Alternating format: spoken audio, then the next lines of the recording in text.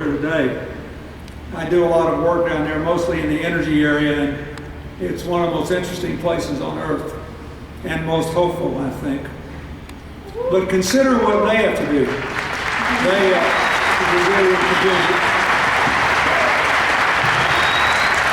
Consider what these countries have to do. They have to both build systems and reform them at the same time. So, for example, in China, you have all these people moving to the cities where, believe it or not, they now have a diabetes problem because they're chunking their diet for Western fast food and they're getting in all the same problems we do. But in the rural areas, there's still abject poverty. We worked there for several years trying to build a system that would deal with AIDS in the rural areas, and almost all of it was caused by contaminated blood transfusions. Or India, which has the world's largest middle class, about 350 million people, and the world's largest number of very poor people. Because they have the reverse problem with the Chinese. They don't have any kind of a really strong central government that can aggregate capital and make investments to connect the very poor rural areas with the burgeoning centers of prosperity. So in many ways, they're the best entrepreneurs in the world. They're great at information technology, but they're having trouble connecting the two. Brazil, in some ways, is the most interesting of all. It's the most responsible big country in the world environmentally. It has a very interesting political climate with a thriving democracy, and they really are trying to work it out, and they have some serious problems. I'll just give you two examples. More than 80% of Brazil's electricity, and power plants are the #1 cause of global warming in the world. More than 80% of Brazil's is clean energy from hydroelectric power. They're growing like crazy. They need more power. The problem is that now the only rivers that flow deep and hard enough to generate real hydroelectric power are in the Amazon rainforest, which produces 20% of the oxygen we get on Earth from non-ocean sources. And it's very important because the oceans are increasingly contaminated with carbon, and a lot of the irreplaceable species of plants and animal life in the rainforest may hold the answer to a lot of medical mysteries.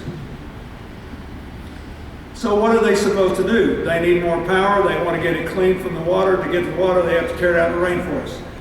Brazil, in an astonishing feat in the last decade, had rapid economic growth and reduced annual destruction of the rainforest by 75%.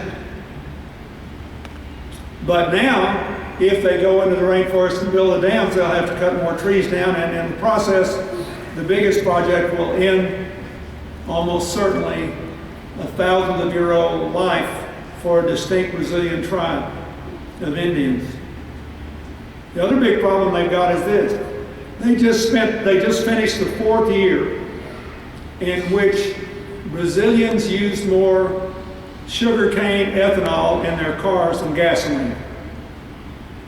And it's much cleaner, and it's the finest biofuel in the world. You get 9.3 gallons of it for every gallon of gasoline used. The problem is not the rainforest. You can't grow sugarcane in the rainforest. There's almost no topsoil under the rainforest. It's kept verdant and green by the rain and the tree cover, but the topsoil is about that deep. Brazil and Argentina are the only two countries in the world with vast topsoil stretches of 20 feet or more. That's what they need. The problem is, the more they grow sugarcane in the deep soil, the more they push the cattle ranchers and the soybean farmers into the rainforest. So what are they supposed to do? I went to a conference last year in Manaus in Brazil on the edge of the rainforest to discuss how they could continue to have clean transportation and clean electricity and not destroy the rainforest. But it wasn't like what you see in Washington, D.C. It was unbelievable. You had every oil company, every electric company. You had all the producers of ethanol. But you had the leader of the Green Party who finished third in the last race for president, all the environmental groups, representatives of the Indian tribes in the rainforest, and they were actually sitting around the table talking to each other, treating each other with respect, not pretending there was an easy answer to this, respectfully trying to figure out how they could reconcile their interests with the long-term interest of the country. So I'd say Brazil's a good bet for the future because of how they're trying to solve exceedingly complicated problems that have no perfect answer.